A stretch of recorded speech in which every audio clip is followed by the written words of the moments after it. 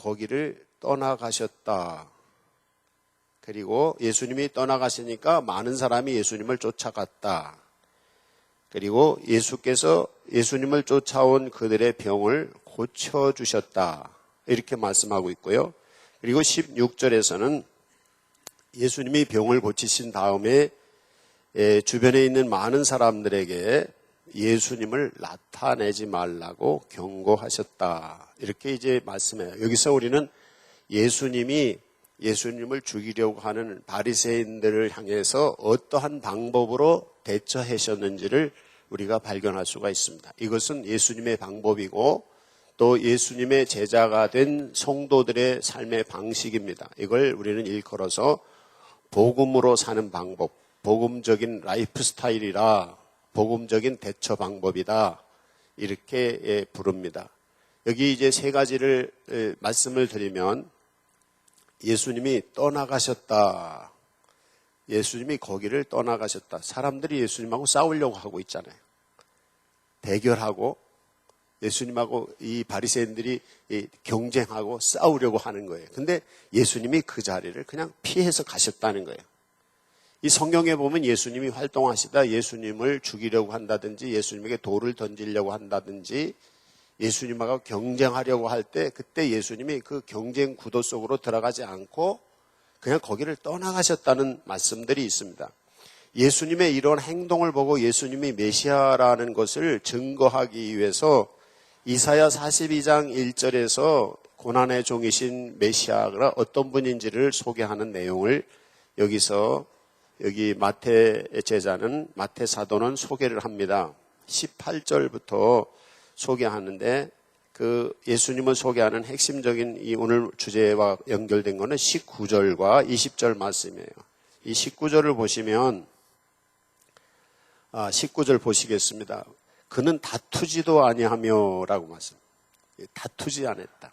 이게 예수 그리스도의 모습이고 또 예수 그리스도의 제자가 된 성도들이 복음으로 살아가야 되는 삶의 방식입니다. 이걸 좀 더 학문적으로 얘기를 한다면 이렇게 표현하면 돼요. 뭐라고 하냐면 경쟁의 프레임 속으로 들어가지 않아야 됩니다. 많은 사람들이 불행해지고 많은 사람들이 죽고 살고 아프고 이렇게 되는 이유가 뭐냐면 삶의 프레임을 경쟁 구도로 대결 구도로 놓고서 시작을 합니다. 비교하고 여기서 인생이 불행해지는 거예요. 그래서 많은 사람들이 불행하고 많은 사람들이 이기고 지고 분노하고 뭐 이렇게 되는 이유가 뭐냐면 이 삶의 구도가 잘못된 데서 시작이 됩니다. 우리가 그림을 그리려면 전체 그 종이의 구도를 어떻게 해서 그림을 배치할 건가를 먼저 생각하고 구도를 하고 거기서 사람을 그려놓기도 하고 산을 그리기도 하고 뭐 강을 그리기도 하잖아요. 사진을 찍을 때도 똑같은 사람이 서 있는데 사진을 찍는 앵글을 갖다가 어떻게 되느냐에 따라서 그 구도를 어떻게 맞추는 거에 따라서 똑같은 사람, 똑같은 환경인데도 그 앵글을 어떻게 맞추느냐에 따라서 그림이 다르게 나옵니다. 우리의 인생도 그래요. 우리의 인생도 우리의 삶이 그대로예요. 똑같아요. 그런데 거기에 대해서 어떤 프레임을 갖다 기준을 두고 그 프레임으로 인생을 잡느냐에 따라서 그 인생이 행복해지기도 하고 그 인생이 불행해지기도 하는 것입니다. 바로 이 예수님의 프레임은 어떤 거냐면 경쟁 프레임이 아니에요. 대결 프레임이 아니에요. 싸워서 이기고 이런 프레임이 아니에요. 예수님의 삶의 프레임은 뭐냐면 화합, 하나됨, 같이 사는 거예요. 여기 다른 거예요. 예수님을 향해서 공격하고 예수님을 죽이려고 하고 이러는 사람들, 그래? 날 죽이려고 그래? 같이 싸우는 게 아니에요. 그냥 예수님이 그 자리를 떠나가셨다는 거예요. 그래서 이 이사야 42장 2절에서는 예수님이 그냥 다투지 않는 분이다. 그래서 이제 고난을 그냥 받기 때문에 예수님을 고난의 종이다. 이렇게 이제 성경에서는 소개를 합니다.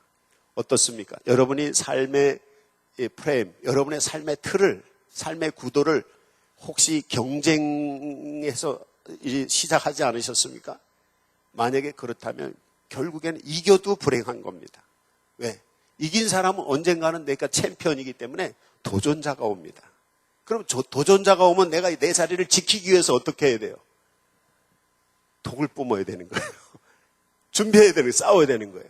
긴장해야 되는 거예요. 불행해지는 거예요. 졌어. 진 사람은 어떻게 해요? 뭐 화가 나는 거예요. 분노가 나는 거예요. 졌으니까. 그리고 그게 또 불행한 거예요. 그러니까 삶의 구도를 아예 경쟁의 구도로 시작하면 이긴 사람도 불행하고 진 사람도 불행해지는 거예요. 그러나 삶의 구도가 경쟁 프레임에서 시작되지 않고 화합하고 하나 되고 같이 사는, 행복을 만들고 아름다운 것을 만드는 데서 삶의 프레임을 만들고 시작을 하면 뭐 조금 섭섭해도 싸울 일 없는 거죠. 왜? 우리는 하나니까.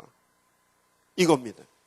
가정이 불행해지는 이유, 친구 간에 불행해지는 이유, 우리 마을 공동체나 교회 공동체나 나라 공동체나 세계 공동체가 불행해지는 이유는 바로 이 삶의 구도를 출발부터 잘못되기 때문에 그런 것입니다. 그래서 경쟁 구도로 시작이 되면 싸워야 되고, 싸우면 어떻게 해요? 내가 이기려면 상대방을 죽여야 되는 거예요. 그렇잖아요. 어린애들이 이 무슨 게임을 같은 거, 우리 게임하자. 그래, 게임을 했어요. 그래서 무슨 공을 가지고 게임을 했단 말이에요. 농구를 하면서 우리가 몇 개 누가 놓자. 근데 처음에서는 재미로 하잖아요. 근데 이겨야 되잖아요. 이기려고 하다 보니까 서로 부딪히다 보니까 또 그리고 또 이기려고 하다 보니까 룰을 조금 어기기도 하고, 그것 때문에 싸우고 결국에는 게임이 즐거운 게 아니라 어떻게, 그 게임이 불행을 자초하는 것이죠. 그래서 모든 삶의 프레임, 모든 삶의 구도가 대결 구도고 경쟁 구도고, 이게 싸움으로 시작되면 결국에는 끝은 불행할 수밖에 없어요. 그리고 이기든지 지든지 불행하고, 그리고 어떻게 해요? 누가 죽어야 돼요. 누가 손해를 봐야 돼요. 이게 처음의 프레임에서 잘못된 것입니다. 어떻습니까? 여러분 한번 삶의 구도를 한번 바꿔보시지 않겠어요? 회개하고 예수를 믿어라. 그게 다른 게 아닙니다. 예수 그리스도의 제자가 되려면 자기를 부인하고 자기 십자가를 지고 예수님을 따른다. 이게 뭐냐면 여지껏 살던 옛날 습관, 이런 삶의 구도를 다 없애고 새로운 그림을 그리자는 거예요. 여러분의 인생에 카메라 앵글을 갖다 새로 한번 조명을 해보세요. 어떤 사람은 사진을 찍어 놓으면 발만 나온 사람도 있고요. 어떤 사람은 발이 잘린 사람도 있고, 어떤 사람은 어깨가 잘리기도 한단 말이에요. 잘못 구도를 잡으면 그렇단 말이에요. 그렇지만 인생을 아름다운 삶의 구도로, 화평케 하는 삶의 구도로 갖다 앵글을 한번 잡아보세요. 그래서 그림을 그리든지 이 사진을 찍는 사람들이 먼저 이렇게 해가지고 이렇게 대보더라고. 어떤 게 멋있나. 근데 제 경험으로 봐서는 이렇게 어디 가다가 경치든지 사람을 봤을 때 딱, 멋있다. 그렇게 느낄 때가 있어요. 멋있다 그러면 거기 가만히 서라고. 내가 여기서 그대로 찍으면 아주 사진이 잘 나와요. 인생도 그렇습니다. 인생에 살다가 정말 멋있는 모습을 발견을 하세요. 그리고 거기서 그런 구도로 그렇게 사세요. 그럼 그 인생 행복해지는 거예요. 근데 그걸 모르고 자꾸 엉뚱한 데 가서 막 방법을 찾아보려고 하는데 기본 앵글이 잘못 잡혔어. 기본 폼이 이 구도가 잘못되어 있어. 그러면 계속 경쟁 구도, 대결 구도면 계속 억울해야 되고, 계속 분노해야 되고, 또 지키기 위해서 독을 뿜고 긴장해야 되고, 이게 불행해지는. 그리고 비교해야 돼. 왜? 항상 경쟁 구도는 비교는 누가 잘했나, 누가 못했나, 누가 더 멋있나, 요새 여자분들 누가 더 이쁘냐, 누가 안 이쁘냐. 아무리 이쁜 사람도 더 이쁜 사람이 또 있어요. 가서 보면 돈이 아무리 많은 사람도 자기보다 돈 많은 사람이 또 있어. 그래서 만족하지 못하는 거예요. 이건 이제 상대적 평가라고 그러는데, 상대적 평가가 아니라 절대적 평가입니다. 내게 돈이 아주 적어. 그래도 이 적은 거, 이거가 만족해. 내가 반찬이 많이 없어. 그래도 반찬 한두 가지가 내 이 음식에 입을 달게 하고 만족해. 내 몸이 어떻게 생겼어. 근데 그 생긴 거 하나하나가 뜯어보면 너무 멋있어. 내 주어진 삶이 그냥 남들하고 비교할 땐 별거 아니지만 내게는 소중한 거야. 내게 주어지는 가족들이 소중하고, 내게 주어지는 사랑하는 친구들이 소중하고, 교회가 소중하고, 이 나라 하나하나가 절대적인 평가를 가지고 볼 때 소중한 거야. 거기서 나오는 게 뭐냐? 자족하는 마음, 스스로 만족하는 마음. 여기서 행복이 나오는 것입니다. 비교하는 사람은 행복할 수 없습니다. 경쟁하는 사람은 행복할 수 없어요. 싸우는 사람은 행복할 수 없어요. 아예 삶의 구도를 경쟁 구도로, 그리고 비교 구도로 싸우려고 하는 사람은 행복해질 수가 없어요. 승리해도 행복하지 않습니다. 그러나 대결 구도가 아니라 화평케 하는 구도. 하나님과 우리 사이가 원수가 되었어요. 예수님께서 하나님과 우리 사이를 원수된 것을 화평케 하기 위해서 이 세상에 오셨어요. 그리고 예수님이 십자가에 달려 죽으셨어요. 그래서 평화가 오는 거예요. 사람과 사람 사이에 담이 있어요. 그 막힌 담을 허시기 위해서 예수님이 오셨어요. 그래서 평화가 오는 거예요. 그래서 예수 그리스도를 믿는 거예요. 세상에 수많은 현인들이 많이 있고 수많은 지혜자들이 있었지만 예수님 같은 이 구원의 소식을 알리는 분은 없었던 것입니다. 예수님이 그래서 위대하신 거고, 예수님이 하나님의 아들로 이 세상에 오셔서 우리를 구원하시는 이유는 바로 그런 귀한 거가 있는 것입니다. 이거를 깨달으시고 이 안에 들어가시기 바랍니다. 이제 여지껏 살던 대결 프레임 지워버리십시오. 경쟁 프레임 이거 지워버리십시오.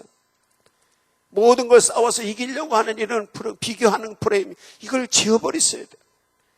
그리고 내게 하나님이 주어주신 인생, 내게 하나님이 주어주신 내 몸, 내게 주어주신 가족들, 내게 주신 교회, 내게 주신 직업, 이 모든 환경들을 절대적인 사고를 가지고 하나님이 주셨기 때문에 감사하고, 하나님이 주셨기 때문에 기쁘고 소중하고, 거기는 비교를 하지 않기 때문에, 싸워서 이겨야 되는 게 없기 때문에 그냥 행복한 것입니다. 행복한 여러분 되시기 바랍니다. 행복하세요. 그걸 만드세요. 많은 분들이 억울해하는 이유는 비교하기 때문에 그렇습니다. 분노하는 이유는 싸워서 졌기 때문에 그렇습니다. 남은 저렇게 잘 되는데 난 이게 뭐야? 그러니까 괜히 화가 나는 거예요. 괜히 막 슬픈 거예요. 이 프레임을 없애버려야 돼요. 그래서 예습관을 벗어버리고, 이전 것은 지났으니 보라 새 것이 되었도다. 예수와 함께 옛사람은 십자가에 달리신 예수와 함께 옛사람은 죽어지는 것입니다. 옛날에 그런 대결 프레임, 경쟁 프레임이, 비교하는 프레임, 이거를 다 예수와 함께 옛사람은 죽어져야 되는 것입니다. 그거 사고가 바뀌어야 돼요. 그게 회개하는 거예요. 그리고 이 경쟁이 아니라 예수 안에서 하나가 되는 거예요. 그러면 모든 사람이 사랑스러워 보여요. 모든 것이 이뻐 보여요. 예수 믿었는데 미운 사람이 있으면 이 회개하고 거듭나지 않은 사람이에요. 미운 사람이 있으면 모든 것이 이뻐 보인다니까. 코가 삐뚤어져도 이뻐 보이고 어떻게 생겨도 다 이뻐 보여요. 예수님의 은혜. 이게 우리는 하나이기 때문에. 그렇잖아요. 자기 자식이 아무리 못생겼어도 부모가 볼 때는 자기 자식은 어떻게 해요? 최고로 이쁜 거예요. 그런 것처럼 우리는 하나이고, 우리는 화목해 하고, 우리는 화평케 하는 이런 프레임을 가지고 보면 아름다운 거예요. 그림을 그린다든지 사진을 찍어놓은 걸 보면 정말 흉측했는데 흉측한 걸 갖다가 멋있게 그린 그림이 있고, 정말 흉측한데 아주 멋있게 찍어놓은 사진들이 있더라고요. 왜 그래요? 그걸 사랑하기 때문에 그렇습니다. 화평케 하고 아름답게 창조하기 때문에 아름다워지는 것입니다. 여러분의 인생을 아름답게 창조하시기 바랍니다. 이것은 경쟁 프레임을 지워버려야 돼요. 대결 프레임, 비교하고 이런 상대적인 평가를 지워버리고 절대적인 하나님이 내게 주신 것이다. 그렇기 때문에 이 소중한 거라. 이런 가치관을 가지고 볼 때 이 인생은 아름답게 더 나은 인생을 창조할 수 있는 것입니다. 이 은혜가 우리 안에 임한 줄 믿습니다. 우리는 예수님을 믿습니다. 예수님이 그렇게 만드셨습니다. 예수님이 우리 안에 오실 때 우리도 예수님처럼 그렇게 화평을 이루는 줄로 믿습니다. 이게 예수 믿는 거예요. 예수 믿는 건 놀라운 거예요. 그래서 거룩한 거, 위대한 것입니다. 이걸 어디에 이런 인생이 있겠습니까? 바로 이 인생이 예수 믿는 것입니다. 또 여기 예수님이 대처하는 방법을 우리는 발견하는데 15절에서 떠나가셨다라고 말씀하고 있고 그 다음에 예수님을 쫓아온 사람들의 병을 고치셨다라는 말씀이 있습니다. 이 병을 고치셨다. 아프다는 거는 뭐예요? 정상적인 삶을 살 수 없다는 얘기예요. 이 아프다는 건요, 소외되었다. 이를 소외되었다. 그런 뜻입니다. 또 이 성경을 20절 성경에서 보면 이사야서는 이렇게 표현합니다. 상한 갈대를 꺾지 아니하시며 꺼져가는 심지를 끄지 아니하시기를. 바로 예수님의 마음이 이 마음입니다. 상한 갈대, 상한 갈대는 쓸모가 있어요? 없어요? 없어요. 쓸모없는 거는 우리가 경제적 가치로는, 상업적인 가치로는 쓸모없는 건 어떻게 해야 됩니까? 버려야 돼요. 꺾어서 쓸모없는 갈대는 꺾어 버려야 돼요. 아예 베버려야 돼요. 밑둥부터. 근데 꺾어져서 상한 갈대를 예수님은 꺾지 않으시고 그냥 소중하게 보존하신다는 거예요. 그렇잖아요. 농사 짓다가 벌레 먹은 과일은 어떻게 해요? 따 버려야지 다른 과일이 잘 크잖아요. 이게 상업적인 사고예요. 근데 예수님의 복음적인 사고는 뭐냐면 상한 갈대를 꺾지 않으신다. 이 예수님의 마음입니다. 꺼져가는 심지를 어떻게 한다? 끄지 않으신다.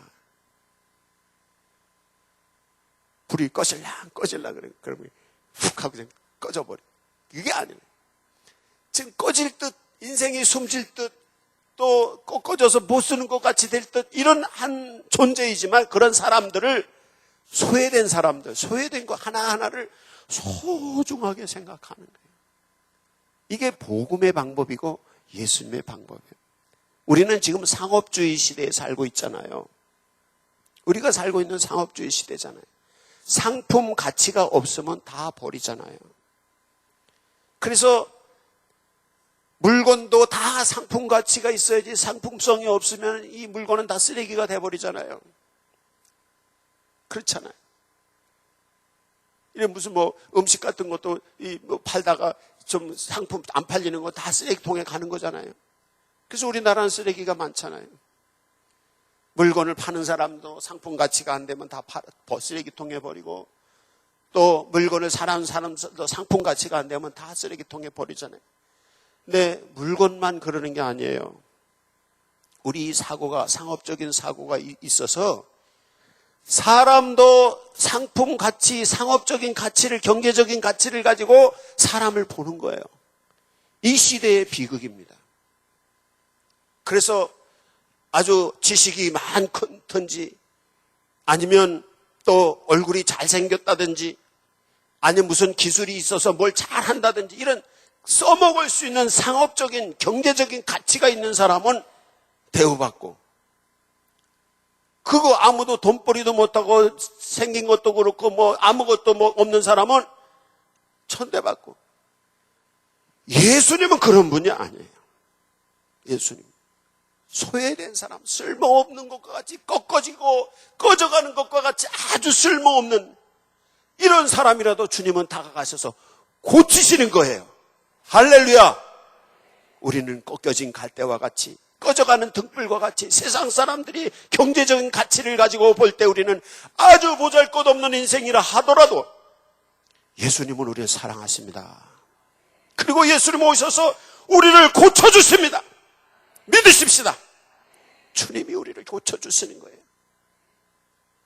우리가 다 금방 어떻게 될 것 같고 아무 쓸모없는 인생인 것 같아도 예수님은 우리를 고치시고 우리를 소중하게 쓰시는 거예요. 이 예수님인 것입니다. 이 은혜가 우리 안에 임하기를 원합니다.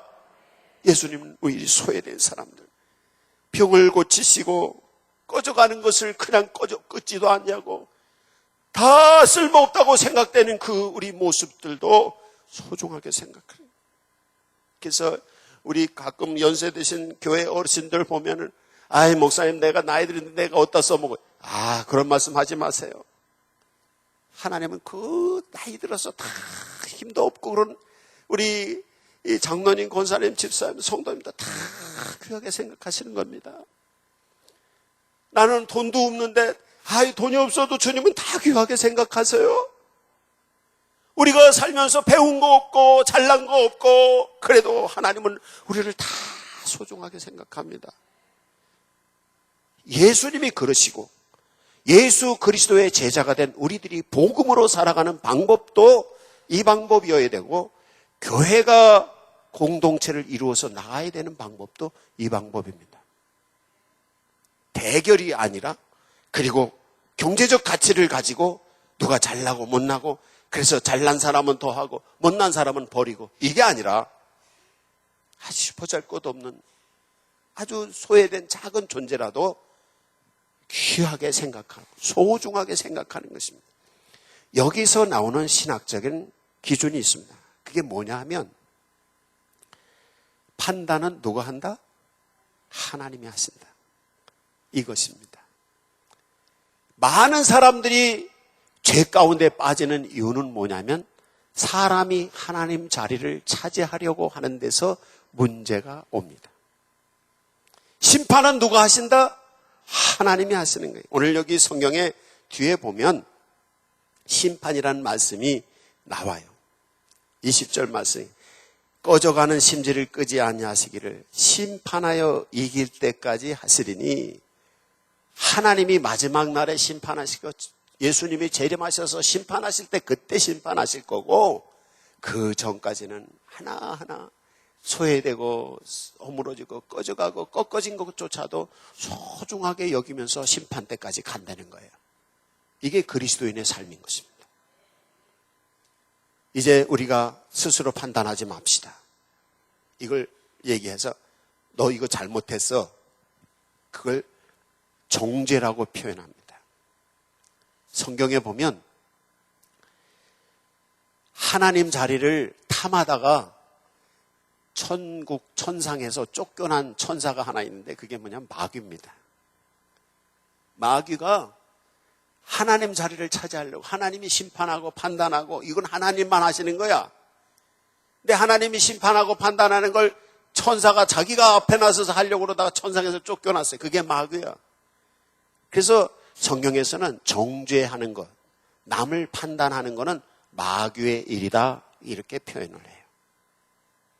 그래서 우리 성도들이 예수님이 그러신 것처럼 우리들이 정죄하면 안 됩니다. 판단하는 건, 판단은 누가 하신다? 하나님이 하십니다. 아무개가 어떻대? 흉보지 마세요. 마귀짓 하는 겁니다. 흉보고 있는 것은. 저게 뭐야? 지금 마귀짓 하고 있는 거예요. 판단은 하나님이 하시는 거예요. 우리가 할 수 있는 건 꺼져가는 촛불조차도, 꺼져가는 심지조차도 끄지 않고 꺾여진 갈대 하나라도 소중하게 생각하는, 이 사랑의 마음, 용서하는 마음, 이 마음을 가지고 있는 게 그리스도인의 마음이고 예수님의 마음인 것입니다. 이 은혜가 우리 안에 임하기를 원합니다. 예. 여러분 자식 중에 좀 못 사는 자식은 자식도 아니죠? 아니에요. 못 사는 자식은 더 그 자식 때문에 속이 아픈 거 아니에요. 그렇잖아요. 못 사는 자식이라고, 그놈의 자식 내 자식 아니라는 부모가 어디 있겠어요. 바로 그 마음입니다. 예수님의 마음이. 우리가 보잘것없어도요, 소외되고 보잘것없어도 예수님 우리 더 사랑해 주시는 거예요. 그 예수님을 생각을 하세요. 그러면서 예수님처럼 우리도 그런 마음을 가지고 복음으로 이 세상을 살아간다는 것이 바로 그런 마음을 가지고 살아가는 거예요. 우리가 심판하려고 하지 마세요. 마지막에 주님이 다 알아서 심판하실 거예요. 내가 판단하지 마세요. 정죄하지 마세요. 누가 옳으다 그르다 맞다 틀리다 잘한다 못한다 멋있다 멋있지 않다 판단하지 마세요. 그건 하나님이 하실 겁니다. 우리는 꺼져가는 심지도 끄지 않고 꺾어진 갈대도 꺾지 아니하고 병든 자를 예수님이 가서 치료해 주셨던 거예요. 이 은혜가 우리 안에 임하기를 원합니다. 이건 예수 그리스도의 십자가의 보혈의 사랑의 물결입니다. 치유의 물결입니다. 예수님의 용서의 물결입니다. 이 은혜가 우리 안에 덮어짐을 통해서 우리가 치유를 받고 버려진 것 같은 인생이 다시 생기를 얻어서 일어나는 것입니다. 이게 아무 보잘것없는 인생인 것 같은데 그 인생을 하나님이 들어서서 위대하게 만드시는 거예요. 이게 복음의 능력인 것입니다. 그래서 없다고 이제 병들었다고 뭐 어떻다고 좌절하지 마세요. 이것은 좌절과 절망이 아니라 희망과 소망과 비전의 신앙입니다. 이게 예수 믿는 거예요. 포기하지 마세요. 포기하지 마세요. 꺾어진 갈대라고 포기하지 마세요. 주님은 그것을 잘 아세요. 우리는 어릴 때 어떤 학교 친구가 그림을 그리든지 노트를 사다 걔는 매일 노트를 찢어. 글씨 하나 쓰다가 글씨 하나가 이렇게 삐뚤었다고 노트 한 장을 탁 찢어서 구겨서 희주통해 버리고 그런 친구가 하나 있었어요. 그 친구는 잘 됐을까요? 못 됐을까요? 불행하게 됐어요. 끝이. 쓰다 보면 실수도 할 수 있고 실패할 수도 있고 할 수도 있어요. 그 다시 지우개를 지우고 다시 쓰면 되지. 인생은 그런 거 아니에요? 여러분에게 하나님이 주신 인생은 소중한 것입니다. 여러분에게 주어진 물건들은 소중한 것입니다. 우리 주어진 시간들과 모든 환경들은 소중한 것입니다. 그 보잘것없는 것 같이 인간의 가치로 경제적인 가치로 상업적인 가치로 볼 때는 별것 아닌 것 같은 것들도 주님이 보시기엔 소중한 거예요. 그래서 그거 하나하나를 소중하게 사랑하면서 사는 것, 그게 예수님의 방법이었고 우리들이 살아가야 될 행복을 창조해 나가는 방법, 희망을 창조해 나가는 방법인 것입니다. 할렐루야. 너무 신나잖아요. 예수 믿는 게. 이런 거예요. 그 다음에 세 번째 예수님의 대처 방법을 우리는 16절에 성경에서 발견할 수 있는데 자기를 나타내지 말라고 사람들에게 경고하셨습니다. 19절에서는 들레지도 아니하며 이게 사람들 앞에 막 드러내놓고 막 큰 소리로 자기가 이런 사람이라고 이르시지 않았다는 거예요. 숨겼다는 게. 이 예수님의 방법입니다. 이제 많은 사람들은 공명심이 있죠. 사람들이 자기를 인정해 주기를 바라고 사람들에게 존경받기를 바라고 이게 사람들의 욕구입니다. 이거가 인생을 불행하게 만드는 것입니다. 사람들이 나 다 소중하게 여기고 나를 존중해 주. 그게 안 되는 것이. 사람들에게 인정받고 존경받고 싶죠, 다. 이것 때문에 불행해지는 거예요. 근데 예수님은 어떻게 큰 일을 행하시고도 그냥 숨기셨어요. 드러내지 말라고, 알리지 말라고, 비밀스럽게 하라고 은밀하게 감추셨어요. 이게 복음으로 사는 방법이고 예수님의 방법입니다.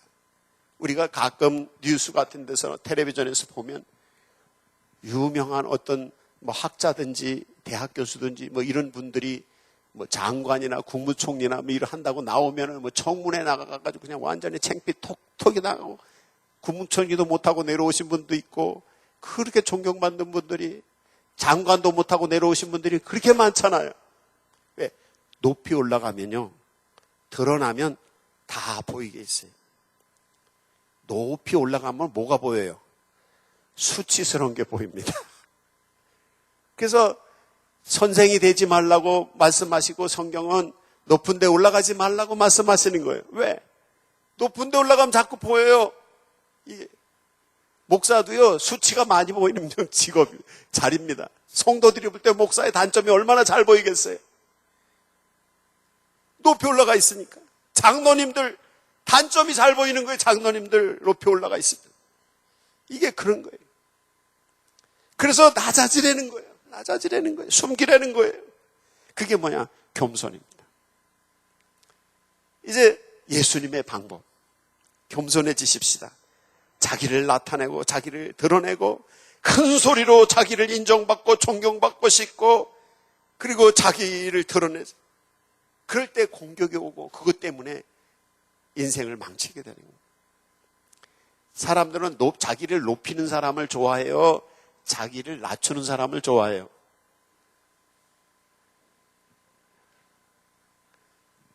이 개그맨 중에 실수 많이 하는 개그맨을 좋아해요? 개그맨들이 막 잘난 체 하는 개그맨을 좋아해요?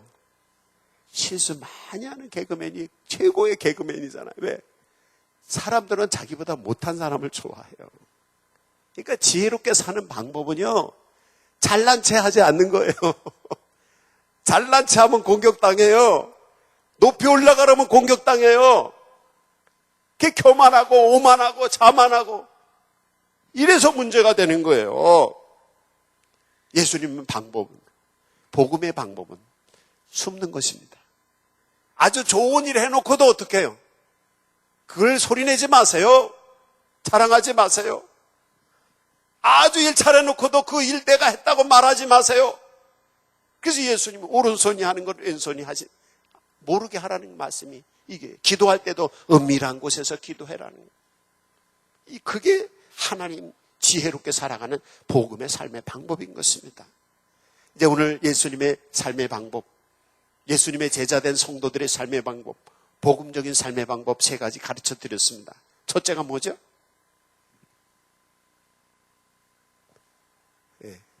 경쟁 프레임으로 모든 거 시작하지 마라. 대결하거나 경쟁하거나 싸워서 이기려고 하고 이걸로 하지 마라. 불행해진다. 다 죽는다, 결국엔.